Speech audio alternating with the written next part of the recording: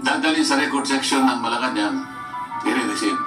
Pagka-receive noon, mula doon sa punto na yun, na-receive na yung final version ng GAP, enrolled bill ang tawag.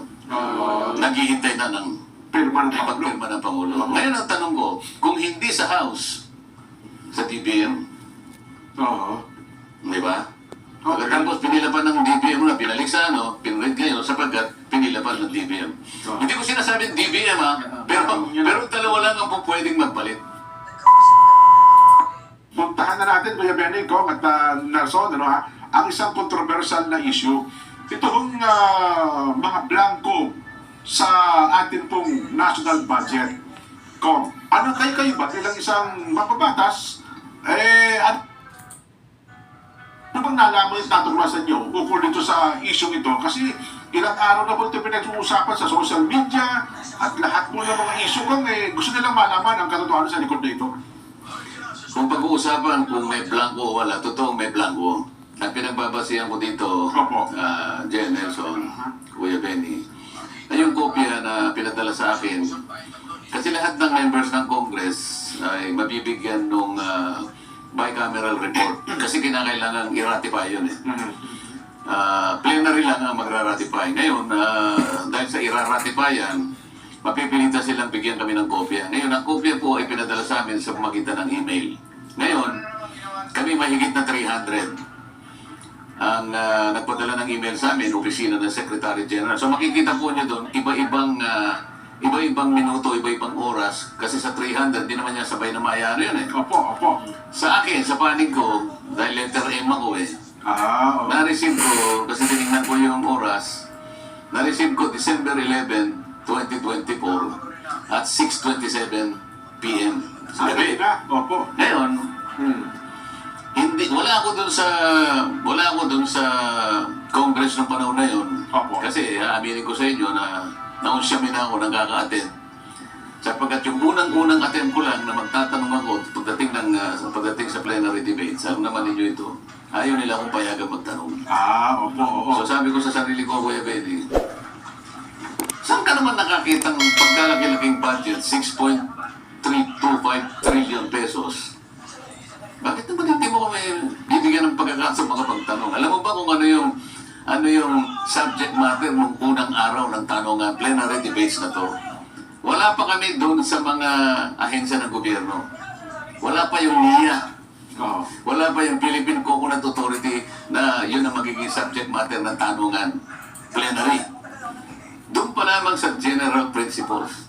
Kasi doon pa lamang doon sa mga economic indicators, may pagtatalo na sa dibdib ko na hindi tama itong mga macro at saka micro indicators na nakalatag dito na nanggaling sa economic cluster. So meron akong set na mga clarificatory questions. Gusto kanila kung yung dalawang targets ng pamahalaan, napaka-importante nun, ay ma-achieve by 2028. Ibig sabihin sa katapusan ng administration ng ating Pangulo. Ayaw po nila akong bigyan ng pagkakataong makapagtanong. 2 batalyon ang nakahanay doon bago ako makarating. Talagang diniscourage nila ako, no? Huwag na kayo magtanong. Opo. Kung talagang mapilit ka na makapagtanong, humingi ka muna ng Magpaano muna kayo daw? ng permiso mula sa ating majority leader. Nakaka-insulto yun, Kuya Benny.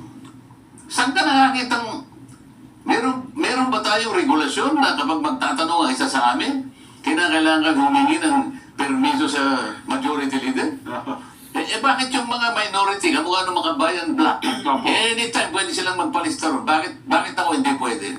Balik tayo doon sa So naman na ako nag-gana ron na yun. Tinignan ko na lang kung talagang hanggang sa dumating ang BICAM. Palagi kasing nangyayari, kapag yan hinimay ng House of Representatives, ito na, hihimayin uli na yun ng Senate, iba naman ang kanilang version. Makikita mo doon sa dalawang version, may pagkakaiba. Hindi naman lahat ibang-iba. Ngunit, may makikita ka doon, maybe siguro, by way of figure siguro, mga maybe 10 to 15% ang pagkakaiba. Maliit lang din naman pala. Pero, maaaring yung pinag-uusapan natin, yung bilang, pero yung magnitude na pagkakaiba ka naman malaki. Okay. So, kinakailangan i-reconcile yung dalawa. Paano pagre-reconcile? Tatawag sila ng bicameral conference. Opo. Ayan. E de natapos. Yung bicameral report na yun, Kuya Benny, ira-ratify ng both houses. So sa panig namin, ni-ratify yun December 11, 2024. Oo. Nung makita ko yung kopya po, in-email sa akin, 6:27 ng gabi. Alam mo, Jen, Opo. Nelson, anong oras yung actual ratification? Tinignan ko rin eh. Oo. So pinakuha ko yung pinakuha ko yung video. Pakapag-compare nyo nga naman. Kasi kung ano yung kinaupo ng speaker, Opo. merong relo dito, at saka yung video, meron din May time po yun, may opo. orasan Tama may timer. po. Opo. So, tinignan ko sabi ko sa staff ko, bantayan mo hanggang dito, tingnan mo, kasi hindi ko nakikita maliit eh. Opo. Paano kaya natin makukuha yung time pagka yung mismo pinukpok na ng Yung cable, opo. ang nagpukpok ng cable si Rodito, ay yung kapatid, Albano. Si Tony Pet. Tony Pet Okay. Albano, opo. So sabi ng majority leader, I move to ratify the bicameral reports, Your Honor. Oo. Is there any objection? Hindi, iba botse pala. Opo. Iba botse. Those who are in favor of blah blah blah say aye. Yan, diba? Those who say nay. Nung nanalo yung A, the ayes have it. Kinuha ngayon yung, kasi maliit eh. Pinakuna ko na litrato, tsaka ang sininag ngayon, alas 7 ng gabi. O, Jen, Opo. kahit na ikaw pang pinakamagbilis na magbasa at mag-analisa ng mga figures, 6:47 mo na ang ginarsin. hindi, 6:27. 6:27, opo. Mahigit na 200 pahina yung report na yun. 33 minutes. Okay, ngayon, ang napansin ko dun sa huli, wala naman akong pagkakataong mag-object. Wala ako dun eh. Ang dapat na nag-object yung nandun at nakita na nila yun. Kasi nakita ko dun, mayroong 13 pahina. Doon mismo sa aspeto ng special provision. Dito nagkakaroon ng problema talaga. Pagka sisingitan na nila yung special provision. 13 pahina yun, Kuya Benny. Tingnan mo lahat. Pag sama-samahin mo yung blanco doon sa 13 pahina, 28 blanks. Ngayon, ang tanong natin, bakit na-ratify may blanco? Ba't walang nag-object? Oo. At saka yung kopya ko kasi pinadala sa akin by email, may pirma. Bibilangin ko per page, nagbabari eh. Merong 13 taong pumirma, meron namang 11, merong 12, naglalaro lang doon. Opo. 11, 12, 13, 11, 12, 13, 12, 11, basta ganun. Sa mga tweet, higit sa 10 ang pumirma. Ilan po bang representante ng bawat House at Senado? Ang alam ko, 12 sa Senado, 12 kaya, marigigit pa. Siguro 15, kung minimum of 12, maximum 15.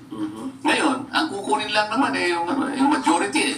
Yan po yung tinatawag, para ho sa kalaman ng ating manonood, yan po yung tinatawag na BICAM, na meron pong representative galing sa Congress at meron din galing sa Senate, at sila po yung mabubuo niyang BICAM report na yan. So ang blanco po, maliwanag mula po doon sa FICAM report. Nasa BICAM report ang mga blanco. Okay. Kasi medyo mapanganib yun eh.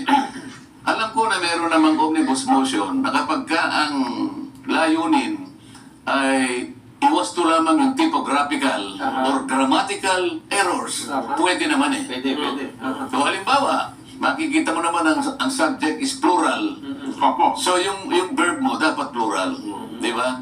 Subject, predicate, relations lang ang pinag-uusapan. Tama naman yan eh. Alangan namang 12 millions. Is common eh. Halimbawa, pagka-subject mo plural, yung corresponding verb mo, magmamas doon. Opo. Pwede yun, grammatical. Typographical naman. Oo. 1 billion pesos, kaya peso lang ang nakalagay. Lagyan mo ng S. Yun ang typographical. Pwede yun. Oo. Pero ang pinag-uusapan, in relation to, sabi na ganyan, from letter A, sabi na ganyan, to blah blah blah with the corresponding 795 billion pesos be replaced with, sabi niya pagkatapos merong Black. ano yung re-replace mo yung amount doon? So from let's say 800 billion to kanya ganon, Opo. blank. Ngayon, ang magiging problema natin ngayon, kung na-ratify yun, ibig sabihin, yun ang magiging basis ng GAA. Bago siya maging isang tunay na enrolled bill, kailangan Lagyan. lagyan yun. Ngayon, sino naglagay yun ang tanong? Oo. Yung naglagay na yun, meron ba siyang authority? Aha. Kasi, Kuya Ben, gusto ko emphasize sa ating mga mamamayan. Hindi typographical yung isang mahabang ganun na, amount ang pinag-uusapan will be replaced. Kasi nakalagay, halimbawa, 1,942,000,000 to be replaced by blank. O yan namang... Hindi ko kahit sino maglalagay ng amount doon. Opo. Palagay mo, merong naguto sa kanya. O. Nari, yung technical staff. O. Ito, ang ilalagay mo dito, ito, napag-usapan na namin sa ganito, ganito yan. Ito yung ilalagay mo dyan. Meron na instruction. Opo. Ngayon, hindi alam ng plenaryo yun. So, walang kaalaman yung buong plenary. Lahat ng pagbabago, plenary action. Dapat. Sino ngayon ang nag-fill up nun? Dahil walang kasi ang pwedeng magpalit nun eh. Yung House of Representatives, sapagkat sila yung magpiprint nung GA. Opo. Pag na-print yun, dadalhin sa record section ng Malacanang, i-receive. Pagka-receive noon, mula doon sa punto na yun, na-receive na yung final version ng GAP, enrolled bill ang tawag. Naghihintay na ng Pirman. pagpirma ng Pangulo. Ngayon ang tanong ko, kung hindi sa House, sa DBM, di ba? Pagkatapos pinila pa ng DBM na, pinalik sa pinread ngayon sapagkat pinila pa ng DBM. Hindi ko sinasabing DBM pero dalawa lang ang pwedeng magpalit. Pero sabi niya Dr. na merong mga technical working group na sila provided para buuin ata Yung isa ng paliwanag nila ko, yung Yung pa compute oh. di ba yung BICAM report sa pamamagitan po nung technical working group, parang tatlong technical working So, group. palagay mo na 10 technical working group. 10 na, ano ngayon? So, ayaw ko lang kung baka yun ang, hindi doon nila binuo kung ano yung mga blanco na yun. Kasi pagdating na po yung tagapan ng Maaring mangyari yun. Ang sinasabi ko at ang tinatanong ko, yung bang technical working group may authority. Sa plenary ang gagawa. Kasi meron kanya-kanyang responsibilidad yan. Oo. Di ba? Okay. Ngayon, kapag hindi dinaan sa plenary yan, is deemed illegal. Oo. Halimbawa, Dahil yun yung sinasad ng batas. yung mga blanco ngayon, merong corresponding na nakalagay na motion. Opo. Your Honor, sabi niya ganyan, dahil po yung pahina ganito hanggang sa pahinang ganyan, may mga 28 na blanco, ito po yung katapat na ilalagay. I move that this particular sheet of paper be approved by the plenary. Ganun dapat. Ayun, so conclusion pala yun, Gong. Plenary nga ang So, magbibigay siya ng salita, authority. maaaring isang tao lang ang nag-decision yan. Pwede. Merong ganyang...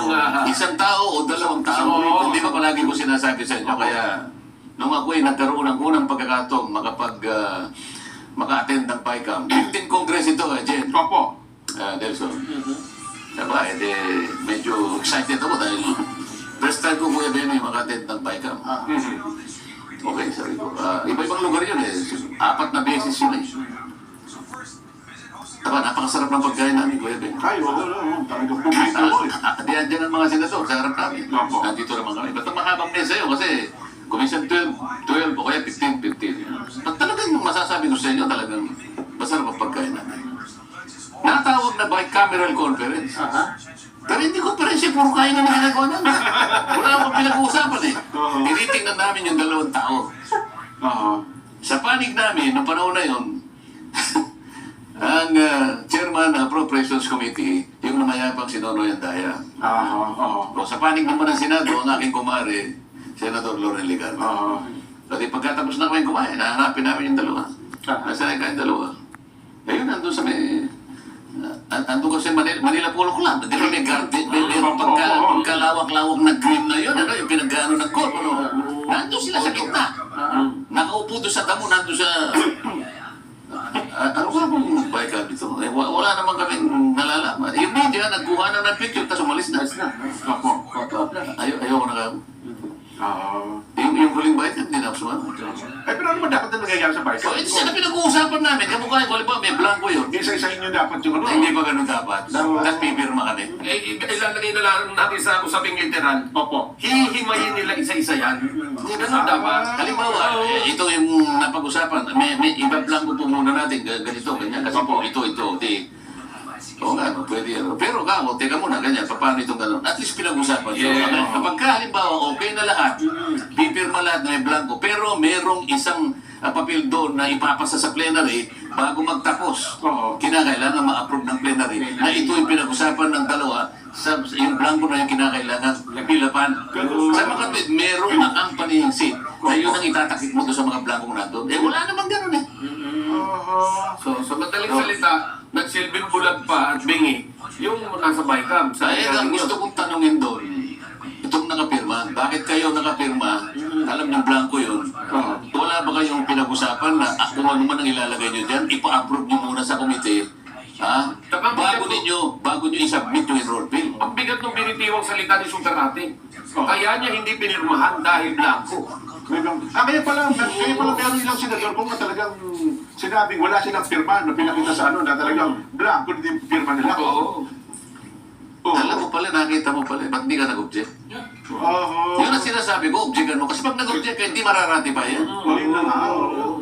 Ba't di ka mag-object? Eh, Eh, una doon ako mag-object. Saan mo siya mag-object? Eh, in the first place, hindi na nga ako nag-uusap. Kumakain na Hindi, lang kahit tayo. na. Oo. Kahit hindi tayo nag-uusap, alang-alang sa kapakanan ng bansa. Mag-object ka. Di ko naman siya kailangan kausapin bago mag-object eh.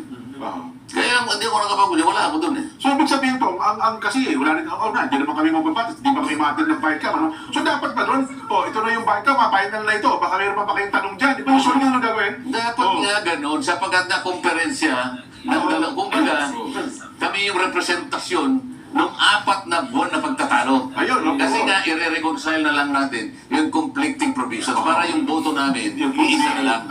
Yun ang inangkatiran doon eh. Oo. So lahat ng hindi pagkakaunawaan, ng hindi pagkakaiba doon, bakit sa'yo ganun? Hindi, ganito kasi yan, ganyan. Oo. Hanggang sa medyo maayos na, sige, payag na kayo sa ganito. Oo, kasi ito, panangit natin dito talaga. Ginawasan nyo doon, dito natin lagyan. Oo. In other words, i-rationalize natin yung pinag-iba ng ating version. Ilalakad na maayos. Hindi sa puro blanco na lang yung lalo naman siguro hindi nila pinag-usapan kung ano ilalagay doon.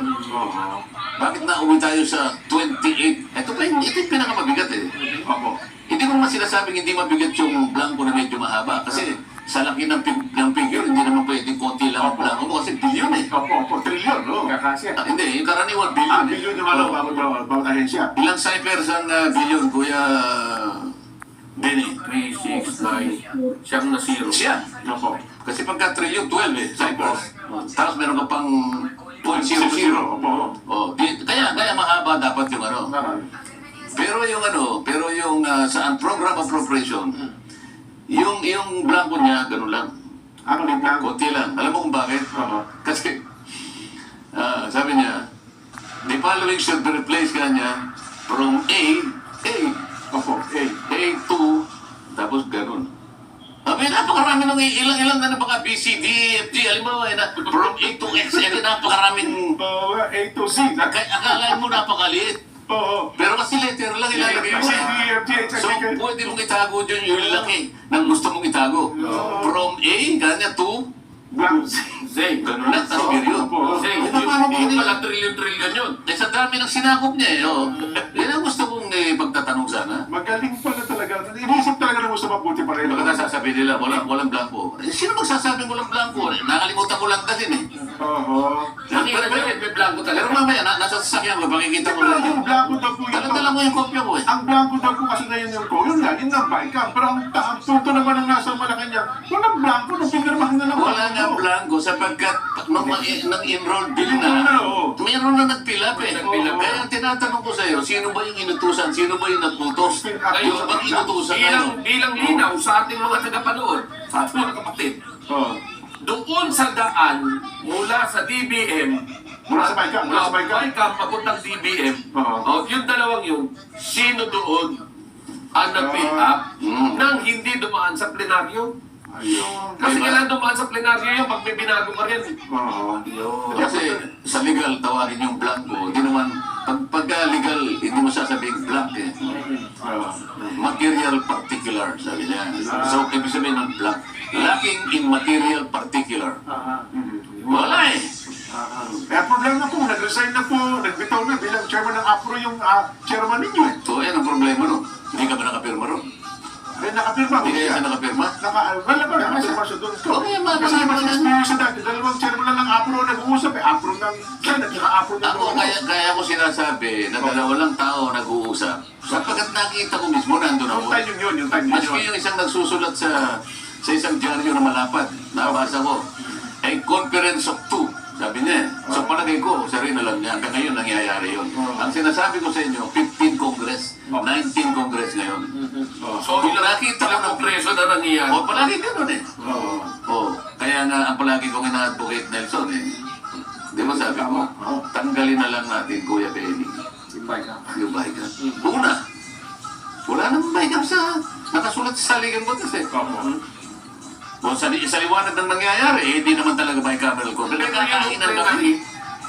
yung plenary deliberation na yun, nakasaad mo ba sa batas yun? Yung Plenary na mag-a-approve talaga ng budget. o talaga plenary action lahat yan. Plenary action mo yung nasa batas, bakit hindi natin ginawa?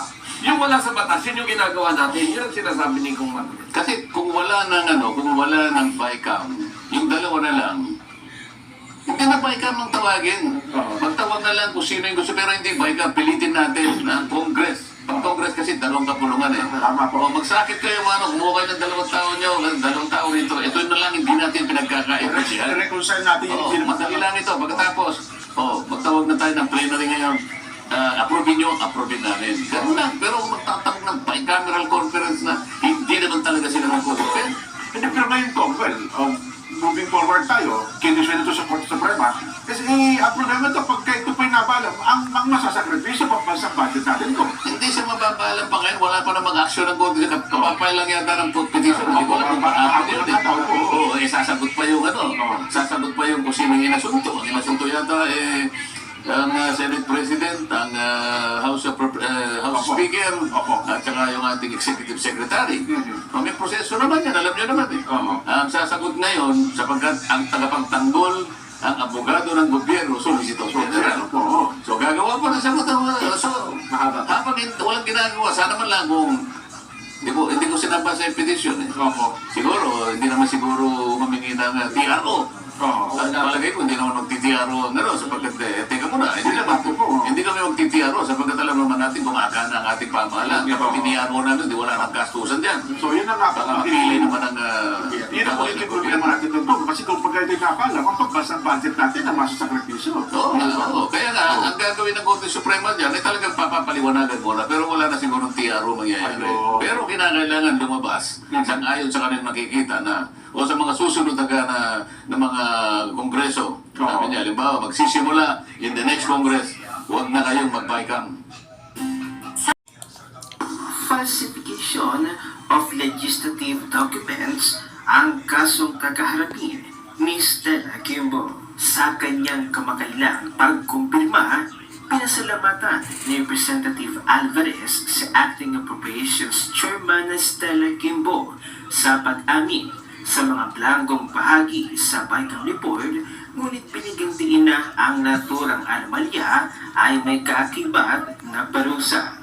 Falsification of legislative documents, Section 4. Falsification of legislative, public, commercial, and private documents and wireless, telegraph, and telephone message. Article 170. Falsification of legislative documents. The penalty of prison correctional in its maximum period and a fine not exceeding 6,000 pesos shall be imposed upon any person who, without proper authority, therefore alters any bill, resolution, or ordinance enacted or approved or pending approval by either House of Legislature or any provincial board or municipal council. Ayon niya sa pahayag ni Representative Alvarez, magpasalamat tayo sa honesty ni Congresswoman Stella.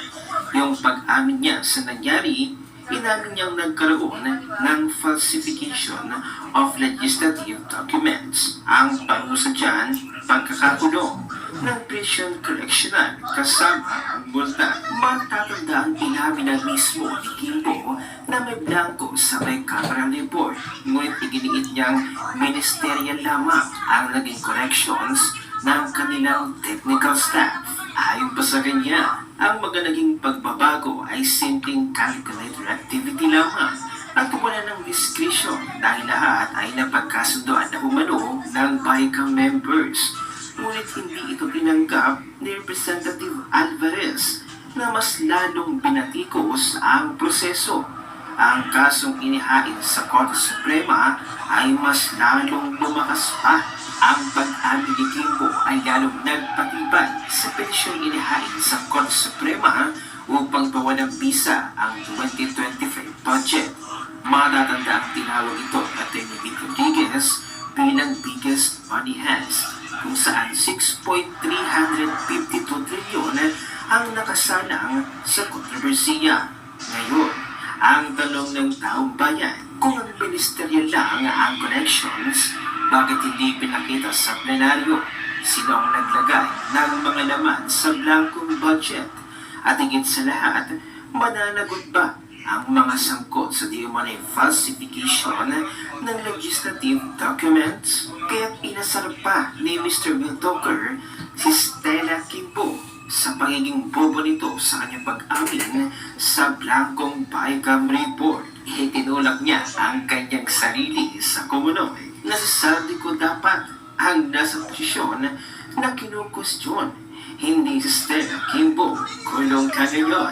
Naritong community-action ni Mr. Wiltoker, panoorin natin. Halaka, Stella Kimbo! Basahin natin yung statement ni Pantaleon Alvarez. Magpasalamat tayo sa honesty ni Kong Stella. Yung pag-amin niya sa nangyari, inamin niyang nagkaroon ng falsification of legislative documents. Ang parusa dyan, pagkakulong ng prison correctional kasama ang multa. Very good, Kimbo. Buti na lang talaga mga Lods, di ba? May mga katulad ni Congressman Alvarez na sinasabi sa atin kung ano ba ang sistema, lalo na doon pagdating sa BICAM, at ano ang mga mali, at sinisita nila lalo na yung blanco sa BICAM. Kasi si Alvarez, di ba, appropriation din siya last admin. And alam ni Kong Alvarez yan. Pero since mga suwapang itong mga buwaya at mga kongresista natin ngayon, minamanipula nila at kung ano-ano ang pinaggagawa nila. Grabe mga Lods, no? Binubobo talaga nila ang mga Pilipino. Pero buti na lang, no? May katulad ni Kong Alvarez. Tinuturang guilty ng Sandigan Bayan sa kasong graft ang nasangkot sa textbook scam na si Mary Ann Maslow. Dawit si Maslow sa kaso paugnay ng wano'y maanumalyang pambili ng DepEd ng mga libro noong 1998 na nagkakahalaga ng 24 na milyong piso. Kulong ng 6 hanggang 10 taon at pagbabawal na tumakbo sa eleksyon ang parusa kay Maslow. Ayon sa abogado ni Maslow, i-aapelan niya ang desisyon. Inaresto si Maslow noong Setyembre 2024 at nabuking na pineke niya ang ulat ng kanyang pagkamatay para makaiwas sa investigasyon. Tapos ang pinaka-nakakatawa, di ba ginawa pa yan nilang witness doon sa Senate hearing? Yaks! Di ba? Parang pakalaata yan nila Risa eh. Binitbit pa nila doon sa Senate hearing. At nag-conwari pa pala siyang patay. Oh, ngayon mga Lods, maniniwala pa ba kayo kila Risa Ontiveros, kila Trillanes? Yung mga binibit-bit nila na witness doon sa mga hearing na pinagagagawa nila? Mga kriminal! Grabe mga Lods, no? Parang ang dami naman talaga nating pera eh, no? Ang dami-daming pera ng Pilipinas, grabe. Basahin natin mga Lods. Comelec, nangangailangan ng karagdagang 2.5 billion para sa BARM elections. Woohoo! Grabe, apakasisiyo lang. No? Kaching-kaching. Grabe mga Lods. Alam nyo, dito lang sa administrasyon ng Marcos, na makita natin na ang daming pera, pero walang proyekto. Pansinin nyo ano ito. May ang daming pera, ang daming pinangbudbud, tapos grabing utang, no? Nangungutang na naman sila. Tapos, ano pa bang ginawa ng Marcos administration ngayon? Binenta yung reserve goods, pati asset ng gobyerno, ibibenta na. Grabe talaga. Pero, walang proyekto. Walang big ticket project. Hindi nga natuloy yung ibang build. Wala talaga. Sing hot! Sa ginawa na ito, napagitaksi ng mga buwayang kongresista, lalo-lalo na sa pagsinungaling ni Stella Kimbo.